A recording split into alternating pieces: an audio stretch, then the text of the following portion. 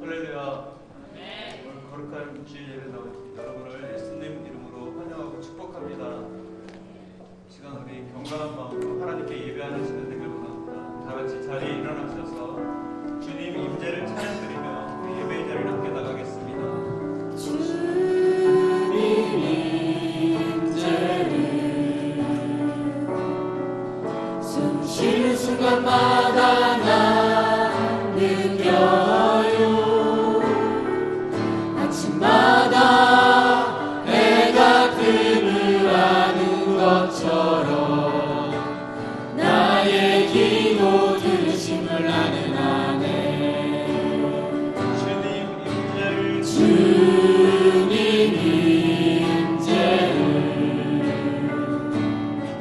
숨 쉬는 순간마다 나 느껴요. 아침마다 해가 뜸을 아는 것처럼 나의 기도 들으심을 나는 아네. 거룩 거룩 거룩 사랑의 경배 드리며 내 마음 주께 고백하리. 예수 나의 주 거룩 거룩 거룩 사랑의 경배 드리며 내 마음 주께 고백하리. 예수 나의 주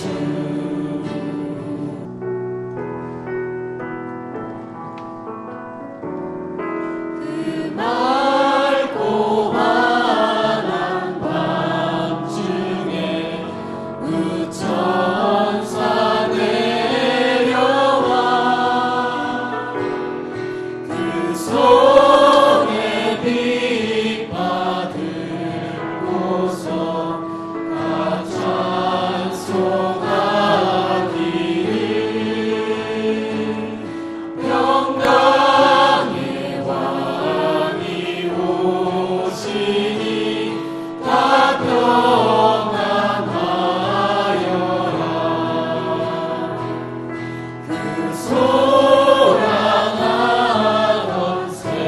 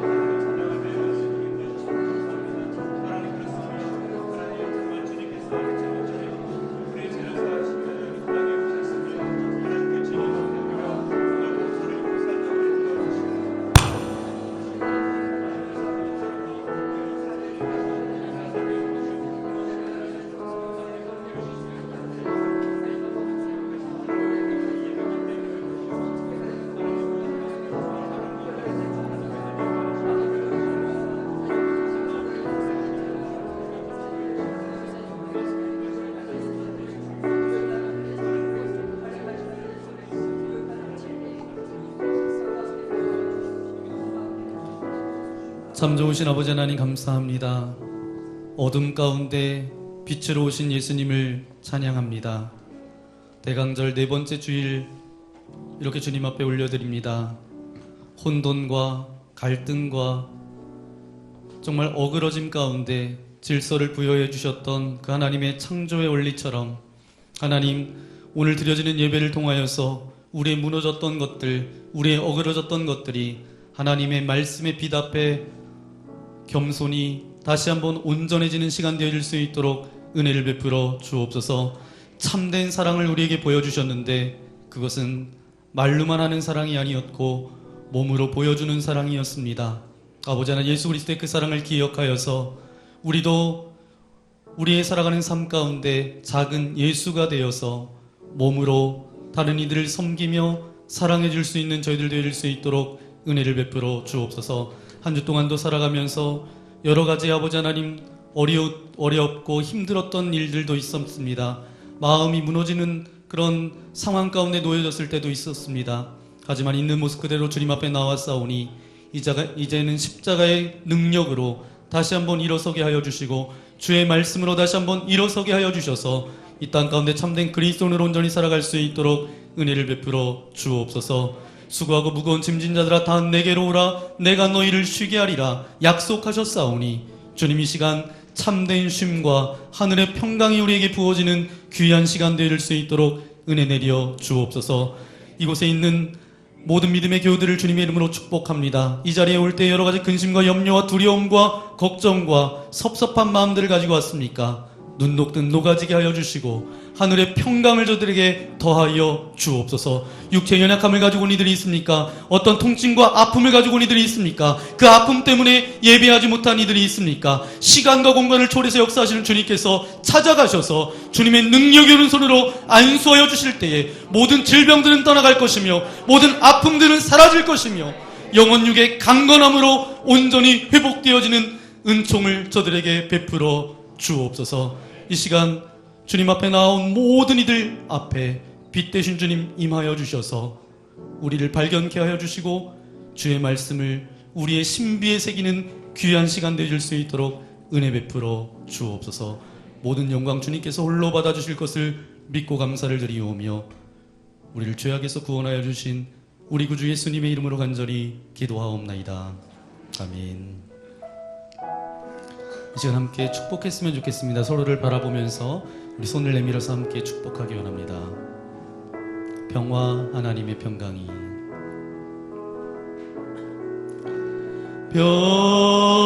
평화 하나님의 평강이 당신의 삶에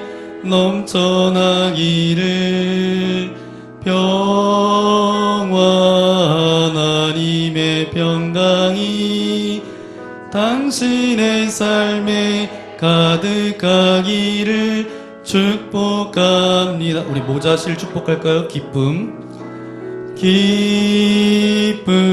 하나님의 기쁨이 당신의 삶에 넘쳐나기를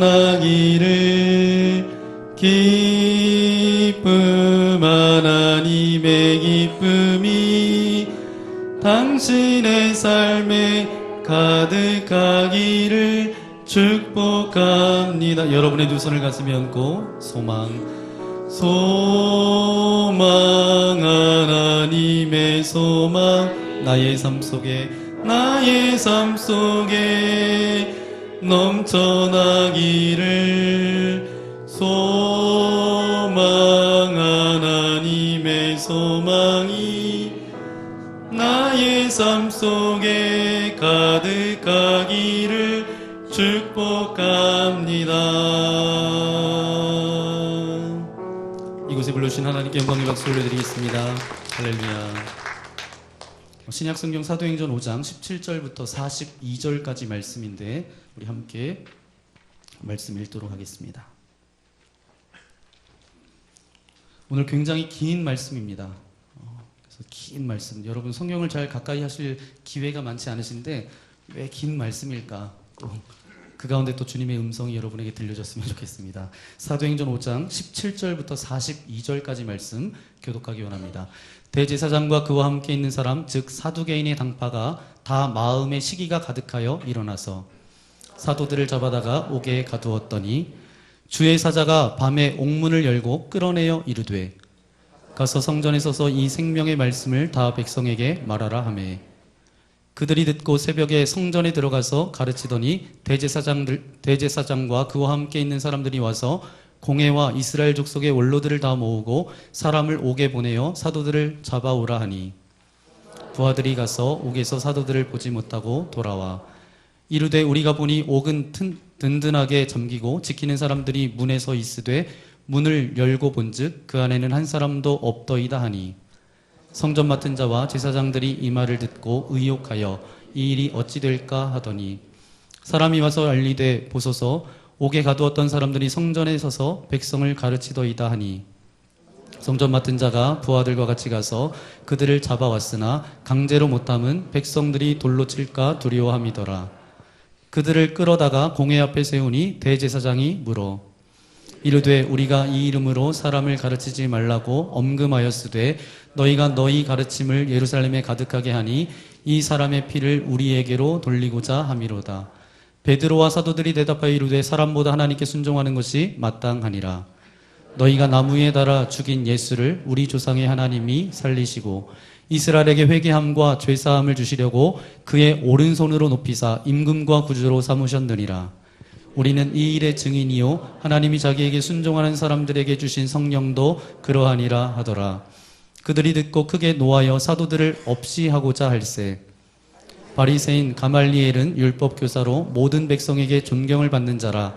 공회 중에 일어나 명하여 사도들을 잠깐 밖에 나가게 하고 말하되 이스라엘 사람들아 너희가 이 사람들에게 대하여 어떻게 하려는지 조심하라.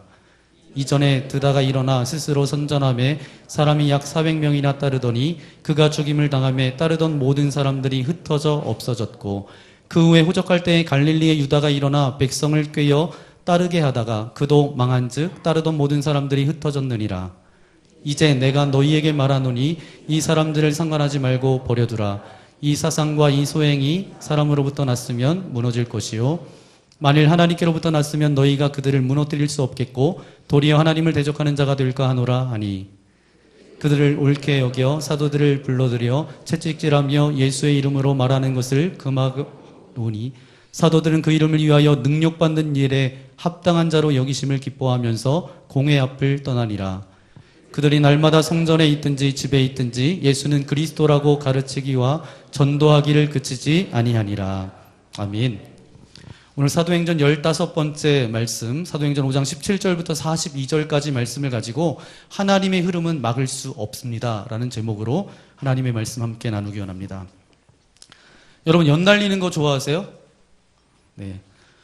추억의 놀이가 된 것 같아요. 요즘은 뭐 연날리러 나가자, 뭐 이렇게 뭐 놀러 나가자 이렇게 이야기하는 아이들도 없고요. 저도 어릴 적 이제 연날렸던 그런 것들을 회상해 보면 여러분들도 좀 회상해 보십시오. 연 만들 때 어떤 분은 이제 비닐로 된 그런 대나무 우산을 그냥 멀쩡한 걸 뽀개 가지고 그렇게 연을 만드신 분도 계실지 모르겠고요. 저는 그 모짜리 하는 그 대나무 그거를 이렇게 쌓여 있습니다. 이제 모짜리가 다 끝나고 이제 어디 이렇게 쌓여 있으면 그거를 가져다가 이렇게 껍질을 이렇게 까서 이제 연 날리는 그 살을 만들어서 창호지를 붙여서 이제 연을 만듭니다.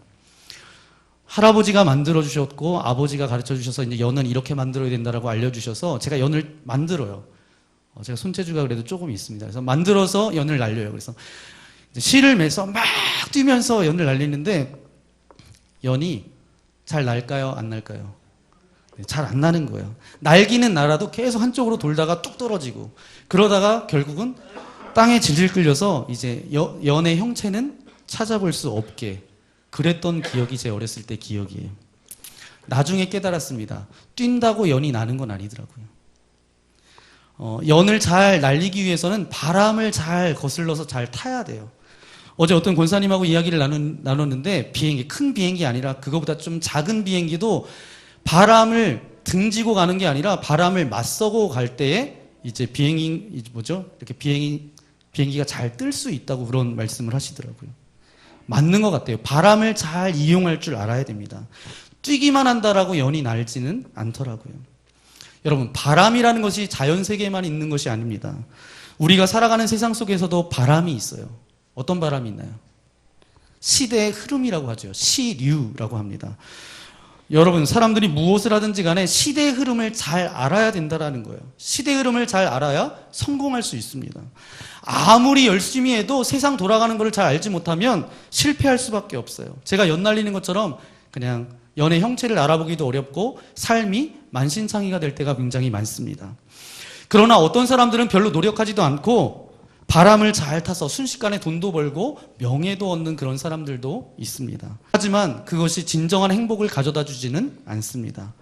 어느 순간 시류가 멈춰버릴 수도 있고요. 그 바람이 멈추고 또 혹은 반대로 불기 시작하면 추락하는 것은 순식간이라는 거예요. 세상의 시류를 타서 돈과 명예를 얻지만 그 중심은 따라가지 못하니까 언밸런스하다라는 거예요. 이 불균형 때문에 마음에 주체할 수 없는 어떤 마음이 찾아오는데 그것은 무엇인가 하면 허무함이에요. 내가 인생을 이렇게 살아서 무엇하나 어떤 허무감이 몰려온다라는 것입니다. 그런데 바람이 이 두 가지밖에 없는가? 물리적인 세계에서 어떤 바람 그리고 세상의 어떤 흐름을 알려주는 시류 이 두 가지밖에 없는가? 또 하나의 중요한 흐름이 하나 있습니다. 그것은 바로 영적인 흐름이에요. 영적인 흐름, 이 세상을 이끌고 가는 하나님의 역사의 흐름이 있다라는 거죠. 그 흐름을 저는 이렇게 규정짓고 싶습니다. 하나님의 흐름. 그것은 물리적인 바람이나 어떤 세상의 시류보다 이 하나님의 흐름은 더 중요해요. 여러분이 당장 볼 때, 그래도 시대의 흐름을 잘 파악해야 되겠죠. 어떤 그런 것이 더 중요하지 않겠어요? 영적인 흐름? 그것보다는 그게 별로 대단해 보이지 않을 수가 있어요. 그런데 굉장히 중요합니다. 어떤 흐름보다도 진짜 중요한 것은 영적인 흐름이에요. 하나님의 흐름이에요. 그것을 우리는 잘 타야 된다는 것입니다. 오늘 저와 여러분이 읽었던 오늘 사도행전 5장 17절부터 42절까지 말씀을 보니까 하나님의 흐름에 대한 이야기입니다. 그 흐름에 함께 땄던 하나님의 사람들의 이야기예요. 여러분 오늘 이 말씀을 자세히 한번 들여다보십시오. 그러면 사도들이 당한 것은 그냥 우리가 있을 수 있는 그런 일을 당한 것이 아닙니다. 그런데 그들 가운데 어떤 허무와 절망감이 발견되었나요? 어떤 초조와 불안과 염려와 걱정을 저들 가운데 찾아볼 수 있을까요? 없어요. 전혀 없습니다. 왜냐하면 그들은 하나님의 흐름을 탄 사람들이었기 때문입니다. 그럼 이 하나님의 흐름을 탄다는 것은 뭘까요? 하나님의 흐름은 어떤 흐름일까요? 생명의 흐름이에요. 하나님의 흐름은 하나님의 영의 움직임입니다. 하나님의 능력과 생명의 움직임이에요. 그렇기 때문에 하나님의 영이 움직여져서 세상이 창조되어졌던 것처럼 이 생명의 흐름을 탄 사람들은 그 창조의 능력 가운데 살아갈 수 있습니다. 그들은 어느 곳에 가든지 기쁨과 감격 속에 살아갈 수 있어요. 그래서 하나님의 흐름을 탄다는 것은 뭐예요? 생명 흐름을 탄다는 것이죠. 그래서 삶 전체를 아름답게 할 수 있는 능력이 그 가운데 있는 줄 믿습니다. 그런데 이 하나님의 흐름에 대해서 하나님의 흐름을 타는 사람들에 대해서 세상은 어떻게 해요? 가만히 내버려 두나요? 핍박하고 방해한다라는 거예요. 왜냐하면 세상 사람들의 마음을 움직이는 세력은 뭐예요? 죄의 세력이에요. 죄의 세력이기 때문에. 그래서 오늘 17절 말씀 우리 다시 한번 읽도록 하겠습니다.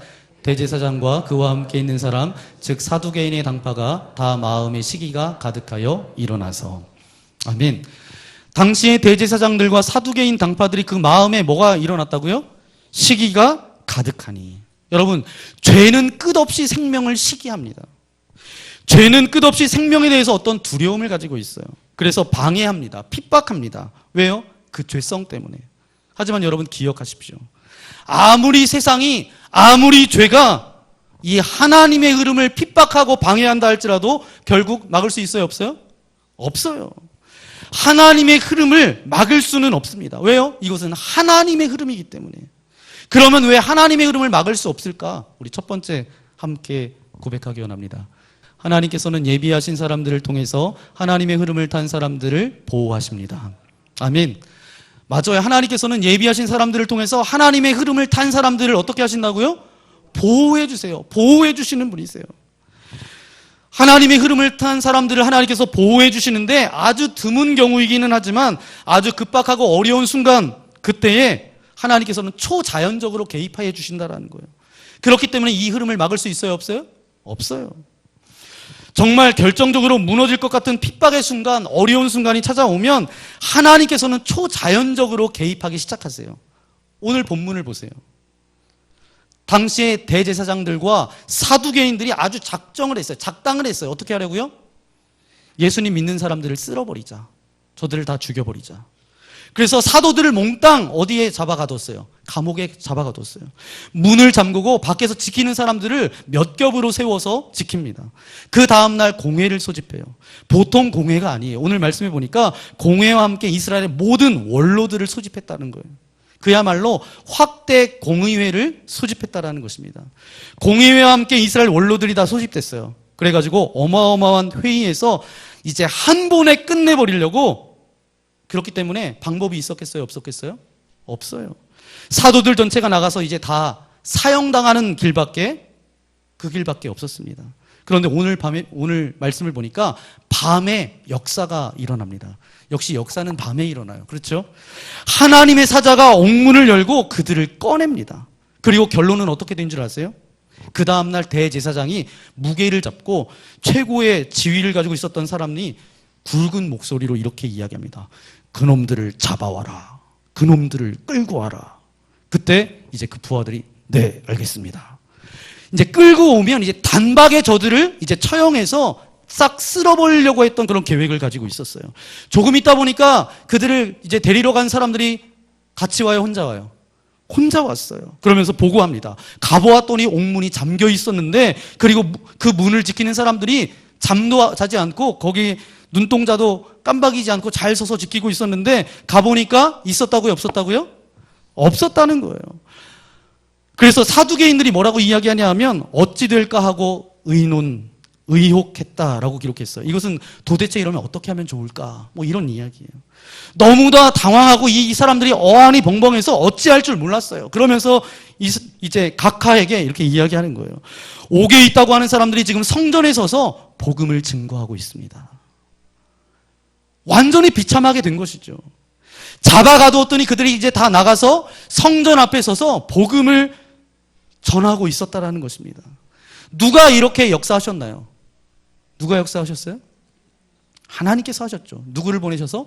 주의 사자를 보내셔서. 여러분, 주의 사자가 성경에 어쩌다 그냥 한번 툭 튀어나오는 것이 아니에요. 주의 사자는 역사 내내 지금까지 우리와 함께 하세요. 하나님의 흐름을 타는 사람들을 보호하시고 도와주시는 분이 하나님이세요. 여러분, 구약 성경을 보세요. 구약 성경 전체를 보니까 주의 사자가 얼마나 많이 나옵니까? 정말 하나님의 사람들이 위기에 빠졌을 때마다, 엘리야가 고난당했을 때 주의 사자가 나타납니다. 다니엘과 세 친구가 이제 하나님만을 섬기겠다라고 선포하면서 나아갔을 때, 고통 가운데 있을 때 주의 사자가 저들 가운데 나타났어요. 그러면 구약에 있는 사람들에게만 주의 사자가 나타났는가? 주의 사자는 신약에 와서 예수님께서 이제 탄생하신, 우리가 성탄절을 보내게 되는데, 탄생했을 때 뭐라고 이야기합니까? 예수를 죽이려고 하는 그 헤롯의 칼날로부터 예수님을 보호하려고 나타나세요. 그래가지고 뭐라고 말씀하세요? 애굽으로 피신하라고 말씀하시고, 동방 박사들에게는 뭐라고 이야기해요? 헤롯에게로 돌아가지 말라라고 말씀하십니다. 여기까지 말인가요? 예수님께서 겟세마네 동산에서 기도하실 때 그때 땀방울이 어땠다고요? 핏방울이 되었다고. 그렇게 기도하실 때 말씀해 보니까 주의 사자가 함께 있어 힘을 더하더라. 그런데 거기서 끝난 것이 아닙니다. 주의 사자가. 이 주의 사자가 예수님께서 승천하신 다음에 이 땅 가운데 하나님의 흐름을 타는 사람들이 있기 시작하자 또다시 나타나셨다는 거예요.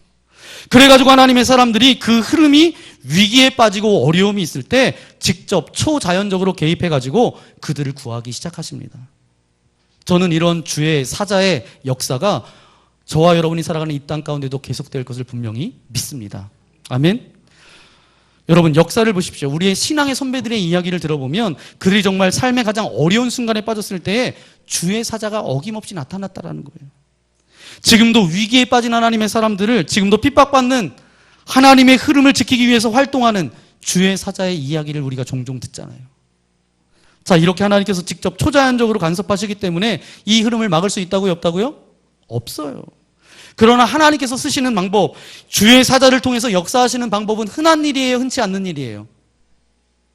흔합니까? 흔치 않는 일이에요. 정말 특별한 방법 가운데 하나님께서 그렇게 사용하시는 거고, 이것보다 더 많이 쓰시는 방법은 어떤 방법이에요? 사람을 통해서 도우시고 헤쳐나가게 하시는 것이죠. 자, 이제 사도들이 잡혀가지고 공회 앞에서 점점 힘들어져 가는 그런 상황입니다. 뭐 이제 방법이 없어요. 잡혀 죽어야 되는 그런 상황인데 갑자기 변수가 나타나게 됐죠. 분위기는 완전히 죽이자는 분위기였는데 그때 갑자기 한 사람이 나타납니다. 가말리엘이라는 사람이 등장합니다. 가말리엘이라는 사람은 어떤 사람이냐면 당시에 율법학자 중에 최고의 율법 교사예요. 랍비 중에 랍비예요. 선생님 중에 선생님이었던 가말리엘이 나타나서 저들 가운데 입을 열어서 이렇게 이야기합니다. 35절부터 39절인데 여러분이 가말리엘이 돼야 되는 거예요. 그래서 이제 함께 읽겠습니다. 말하되 이스라엘 사람들아 너희가 이 사람들에게 대하여 어떻게 하려는지 조심하라. 이전에 드다가 일어나 스스로 선전하며 사람이 약 400명이나 따르더니 그가 죽임을 당하며 따르던 모든 사람들이 흩어져 없어졌고 그 후 호적할 때에 갈릴리의 유다가 일어나 백성을 꾀어 따르다게 하다가 그도 망한즉 따르던 모든 사람들이 흩어졌느니라. 이제 내가 너희에게 말하노니 이 사람들을 상관하지 말고 버려두라. 이 사상과 이 소행이 사람으로부터 났으면 무너질 것이요 만일 하나님께로부터 났으면 너희가 그들을 무너뜨릴 수 없겠고 도리어 하나님을 대적하는 자가 될까 하노라 하니. 아멘. 저는 이 가말리엘이라는 사람에게는 관심이 없습니다. 제가 정말 관심 있게 보는 것은 그 사람이 그 순간에 나타나서 하나님의 흐름을 도왔다라는 거예요. 누가 사용했기 때문에? 하나님께서 사용하셨기 때문에. 그 사람은 유대인이었고요, 율법학자였어요. 사도들의 반대편에 있었던 사람인데 그 사람이 사도들을 돕기 시작했다라는 거예요. 여러분 그 논리를 보세요. 얼마나 정확한지 제가 읽으면서 이것이 은혜가 되더라고요. 딱 일어나서 이렇게 이야기하는 거예요. 너희들 조심해라. 이렇게 얘기하는 거예요. 그것도 그냥 길거리 지나가는 사람이 아니라 그 당도의 최고 율법학자들이 너희들 조심해라. 그러면서 이야기합니다. 드다라는 인물이 나타났는데 한참 설칠 때 400명이 저를 따랐다는 거예요. 그런데 드다가 없어진 다음에 400명이 어떻게 됐다고요? 없어졌다는 거예요. 그 다음에 호적할 때 갈릴리에 어떤 사람이 나타났다고요? 유다가 나타났는데 유다도 한참 세력을 모아서 뒤따르는 사람들이 굉장히 많았는데 유다가 망한 다음에 어떻게 됐다고요? 그냥 저들도 없어졌다는 거예요. 그러면서 말한 것이 38절, 39절 말씀인데 제가 이 말씀 읽겠습니다. 이제 내가 너희에게 말하노니 이 사람들을 상관하지 말고 버려두라. 이 사상과 이 소행이 사람으로부터 났으면 무너질 것이요 만일 하나님께로부터 났으면 너희가 그들을 무너뜨릴 수 없겠고 도리어 하나님을 대적하는 자가 될까 하노라 하니. 이 사상과 이 소행이 사람으로부터 났으면 그럼 뭐예요? 그냥 없어질 것이다. 너희들이 손대지 않아도 그냥 없어질 것이다 라고 얘기하는 거예요. 그렇지만 만일 이것이 하나님께로부터 났으면 결코 너희가 막을 수 있다고요? 없다고요? 없다라는 거예요. 여기에서 하나님의 흐름에 대한 정확한 진리의 선포가 나오고 있습니다. 아주 기가 막힌 이야기죠. 제 목회 철학 가운데 하나도 바로 이것입니다. 하나님께로서 난 것은 살 것이고 사람에게서 난 것은 없어진다라는 거예요. 이것이 정확한 진리의 선포라는 거예요. 그러면서 대세가 완전히 확 뒤바뀌기 시작했습니다. 사도들을 죽이기로 하고 지금 살기 등등 했는데 어떻게 되었어요? 40절 말씀해 보니까 시작을 이렇게 합니다. 그들이 옳게 여겨. 그들이 옳게 여겨서 사도들을 풀어줬다라는 거예요. 잡아 죽이려고 했다가 저들을 풀어줬다라는 것입니다. 하나님의 흐름이 그대로 흘러가기 시작한 것입니다. 여러분, 하나님께서 당신의 흐름을 지키기 위해서 그 흐름을 타는 사람들을 보호하시기 위해서 그들이 겪는 곤란과 어려움을 이기게 하기 위해서 사람을 사용하시는 그 이야기는 성경에서만 나오는 이야기인가요? 아니에요. 오늘날도 수없이 계속되는 이야기 아닌가요? 올해 네팔 선교사님 임근화 선교사님이 오셔서 주일날 말씀을 전해주셨어요. 그런데 그 선교사님이 오셔서 무슨 말씀을 해주셨어요?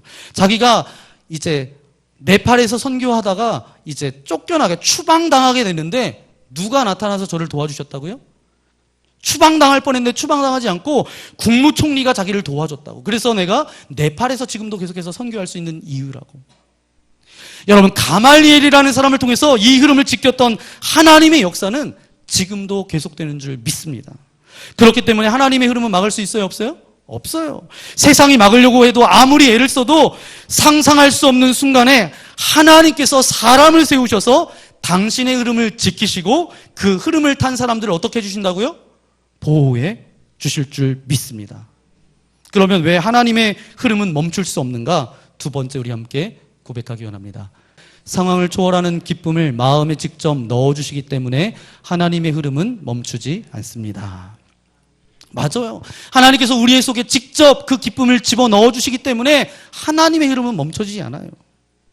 하나님의 흐름이 멈추지 않고 나아갈 수 있는 가장 일반적인 그런 비밀이 뭐냐? 바로 그 흐름을 타고 있는 사람의 마음 가운데 환경과 상황과 상관없이 하나님께서 어떤 용기와 기쁨을 직접 넣어주시기 때문이라는 거예요. 여러분, 오늘 말씀을 보세요. 정말 사도들이 오늘 말씀을 보면 사도들이 당한 일들을 보십시오. 사도들이라는 목적어로 나오고 그 앞에 나오는 동사들이 여러 가지 동사가 있는데 그 동사는 몽땅 뭐예요? 잡히고 끌려오고 갇히고 협박당하고 능욕당하고 뭐 이런 동사예요. 이런 단어들만 나와요. 사도들이라는 목적어 앞에 붙은 동사들입니다. 그러니까 좋은 건 한마디도 없어요. 뭐 저들을 대접해주고 저들을 격려하고 저들을 위로하고 그런 것은 하나도 없어요.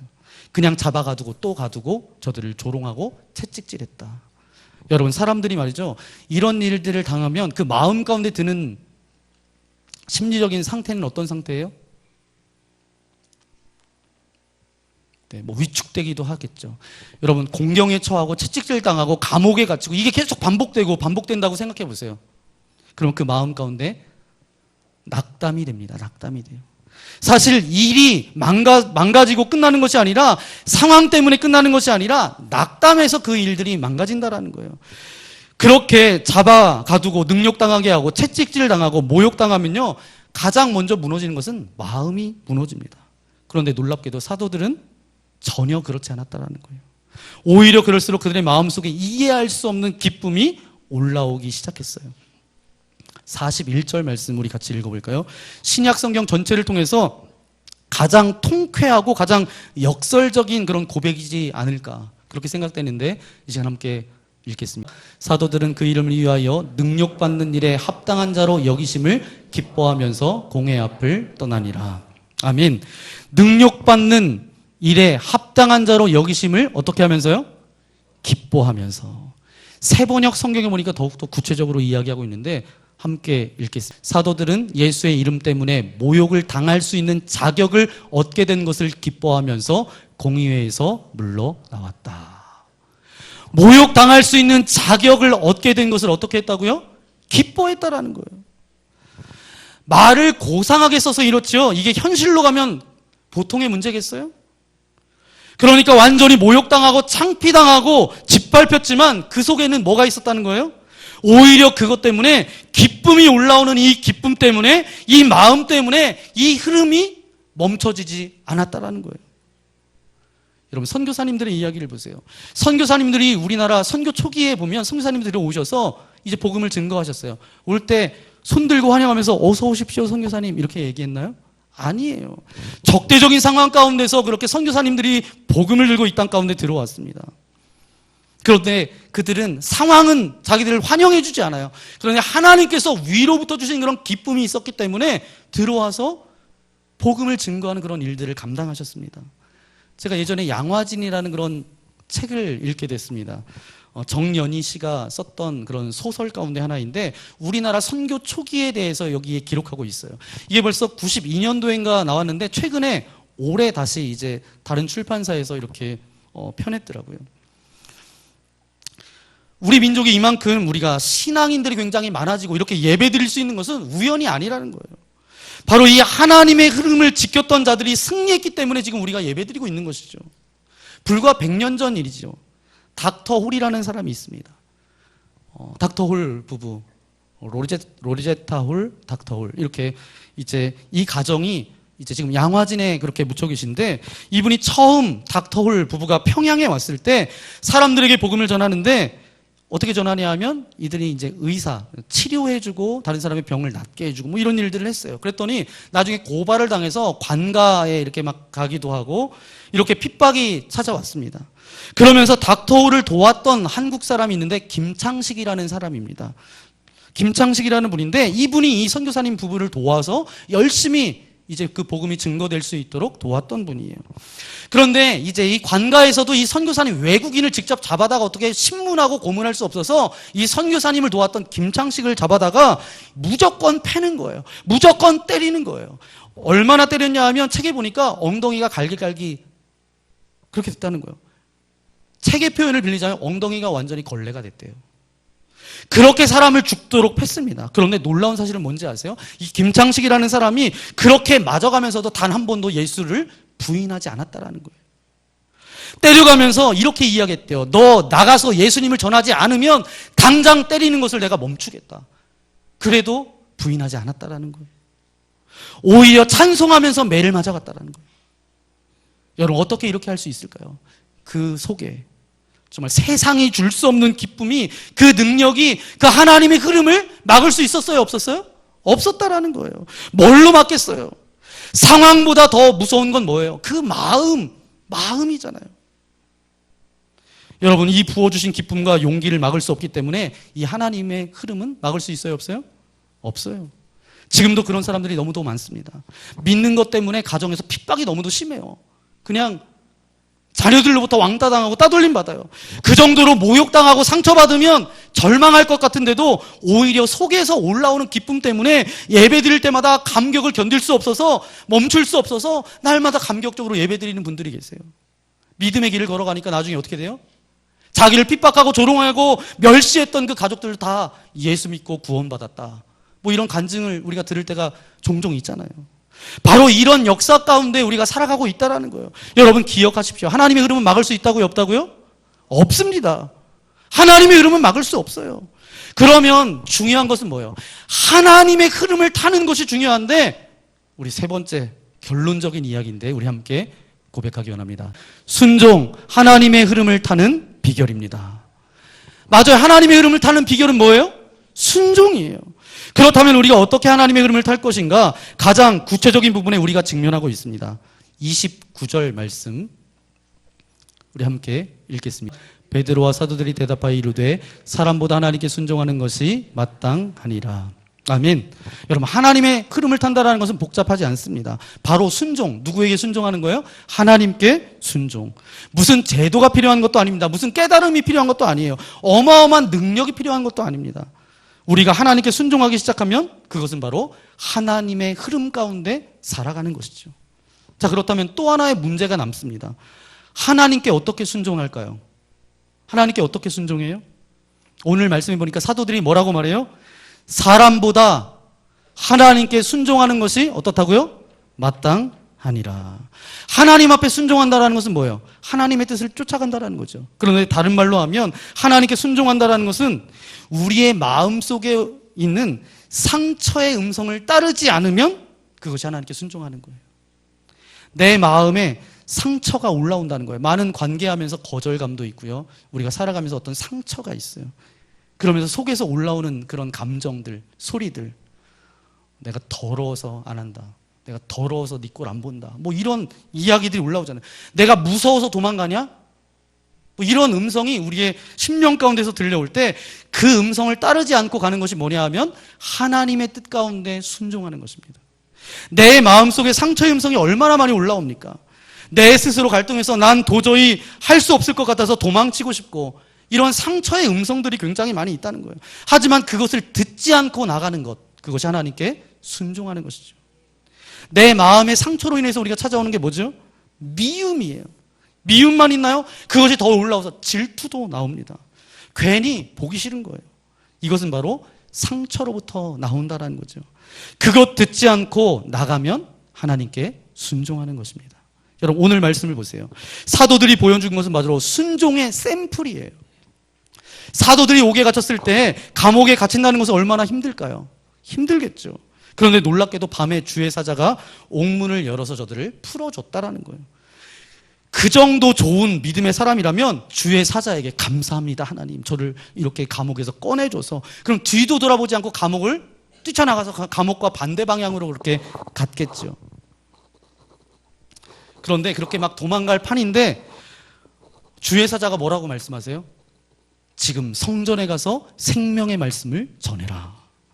아마 이들 사도들의 마음 가운데 이런 마음이 있었을지 모르겠어요.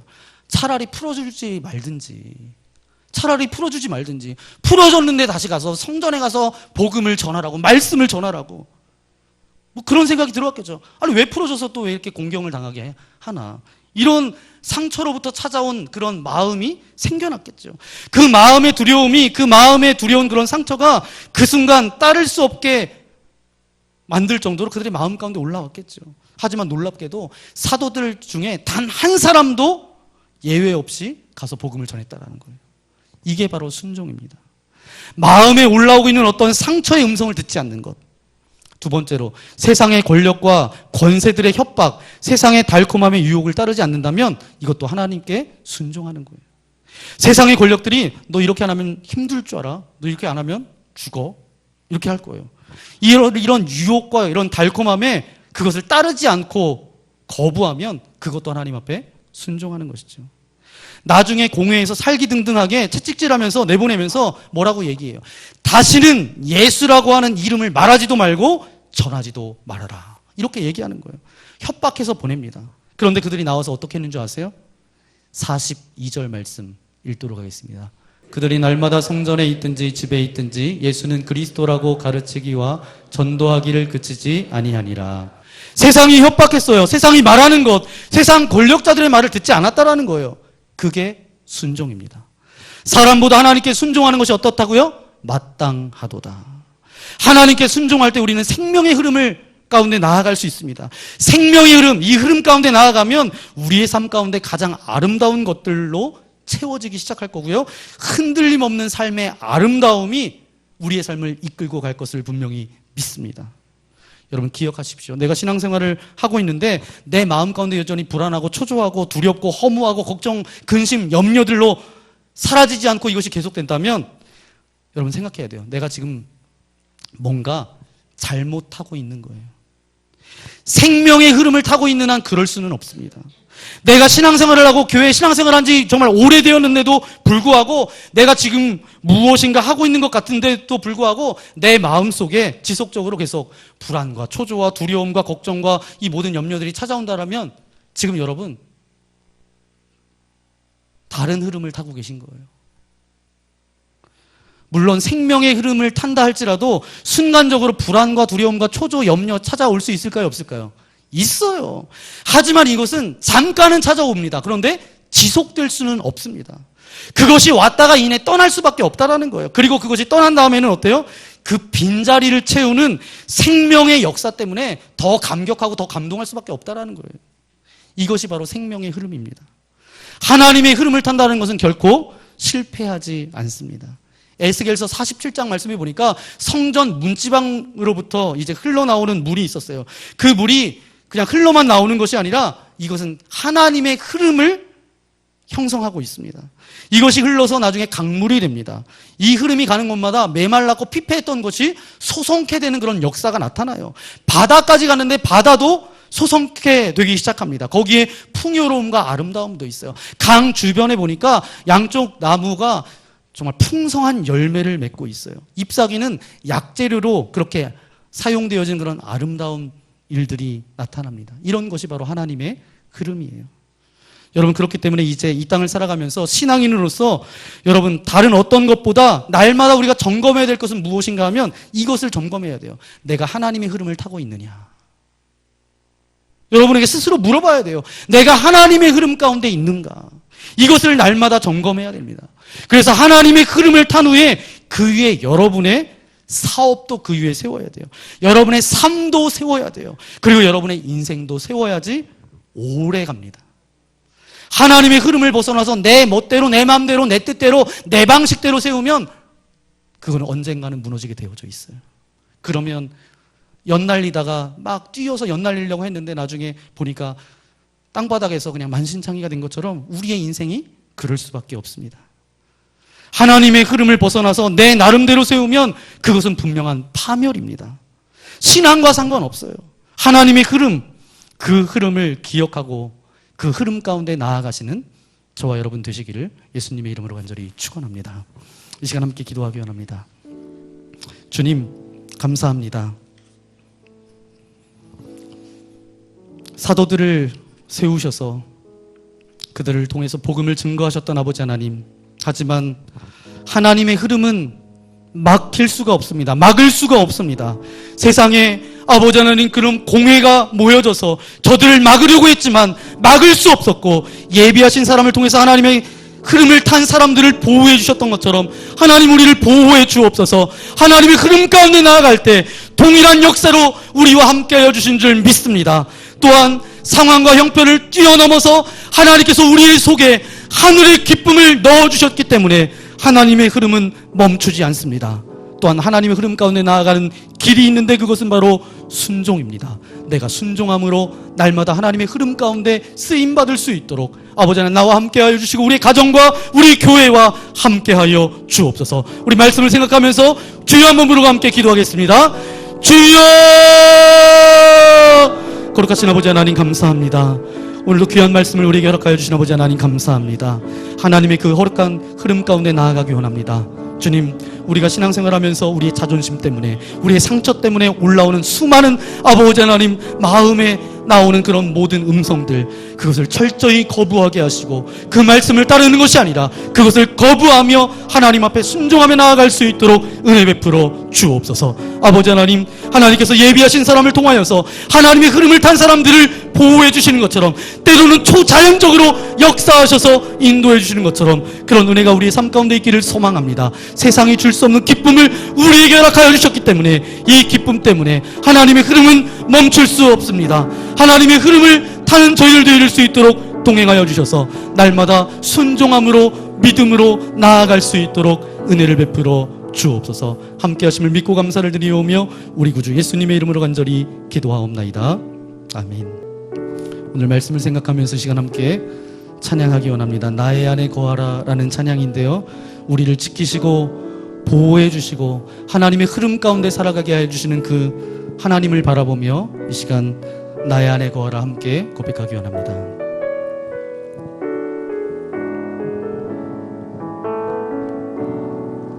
나의 안에 거하라, 나는 내 하나님이니 모든 환난 가운데 너를 지키는 자라. 두려워하지 말라, 내가 널 도와주리니 놀라지 말라, 내 손 잡아. 우리 다시 한번 고백해 볼까요? 나의 안에 거하라, 나의 안에 거하라, 나는 내 하나님이니 모든 환난 가운데 너를 지키는 자라. 두려워하지 말라, 내가 널 도와주리니 놀라지 말라, 내 손 잡아주리라. 내가 너를 지명하여, 내가 너를 지명하여 불렀나니 넌 내 것이라, 내 것이라, 너의 하나님이라. 내가 너를 보배롭고 존귀하게 여기노라. 너를 사랑하는 내. 우리 다 함께 일어나서 내가 너를 지명하여 불렀나니, 내가 너를 지명하여 불렀나니 너는 내 것이라, 내 것이라, 너의 하나님이라. 내가 너를 보배롭고 존귀하게 여기노라. 너를 사랑하는 내. 우리 다시 한번 내가 너를 지명하여, 내가 너를 지명하여 불렀나니 너는 내 것이라 내 것이라 너의 하나님이라 내가 너를 보배롭고 존귀하게 여기노라 너를 사랑하는 내 여호와라. 그렇습니다. 아버지 하나님, 이 시간 우리가 하나님의 그 거룩한 흐름을 타기 원합니다. 이 땅을 살아가면서 우리도 모르는 사이에 신앙이 있다고 하면서도 우리의 자존심 때문에, 우리의 상처 때문에, 우리의 욕심 때문에 우리가 하나님의 흐름에서 벗어나서 어떤 그런 하나님의 흐름에 그 생명과 상관없는 그런 자리에 서 있었던 것, 많았던 것을 주님께 고백합니다. 용서하여 주옵소서. 하나님, 이젠 정말 날마다 기억하게 하옵소서. 나의 가슴 속으로 지금 하나님의 흐름이 흐르고 있는가? 나의 가정 가운데 지금 하나님의 흐름이 흐르고 있는가? 나의 이 교회 가운데 하나님의 흐름이 흐르고 있는가? 내 생업 가운데 하나님의 흐름이 흐르고 있는가? 기억하고 점검하고, 그래서 하나님의 흐름 앞에 순종하면서 적은 순종으로 하나님의 흐름을 타면서 살아가는 주님의 거룩한 성도들 될 수 있도록 인도하여 주옵소서. 특별히 이제 하나님의 생명의 역사를 써내려갈 수 있는 주인공들이 되어지기를 소망합니다. 하나님의 흐름 가운데 나아갈 때 세상이 줄 수 없는 기쁨과 감격이 우리 안에 넘쳐나게 하여 주시고, 많은 세상 사람들로부터 어떤 질문을 듣는 인생 되어질 수 있도록 함께하여 주옵소서. 오늘도 예배하며 귀한 물질을 주님 앞에 올려드립니다. 이것은 단순한 물질이 아니라 우리의 마음이고 정성이고 삶의 고백이오니 흠양하여 받아주시고 하늘의 신령한 복으로 땅의 기름진 복으로 채워 주옵소서. 이제 예수 그리스도의 오심을 기다리며 우리가 성탄절을 맞이하게 될 텐데, 우리의 마음에 버려야 될 것들, 끊어야 될 것들, 포기해야 될 것들, 청산해야 될 것들 다 깨끗게 비우게 하여 주셔서 우리의 중심 가운데 예수 그리스도가 오실 수 있도록 우리의 마음이 구유가 되어서 준비하는 그런 시간 되어질 수 있도록 은혜를 베풀어 주옵소서. 이제는 이 땅 가운데 찾아오셔서 영원한 생명과 소망이 되어주신 예수 그리스도의 크신 은혜와 하나님 아버지의 넓으신 사랑하심과 성령님의 감동감화 역사하여 주심이, 하나님의 흐름은 막을 수 없습니다. 나는 하나님의 흐름 가운데 나아가기를 소망합니다. 결단하는 이곳에 모인 주의 사랑하는 자녀들 머리 위에, 저들이 펼쳐갈 모든 삶 위에, 또 교회 위에 이제로부터 영원토록 함께하옵시기를 간절히 축원하옵나이다. 아멘.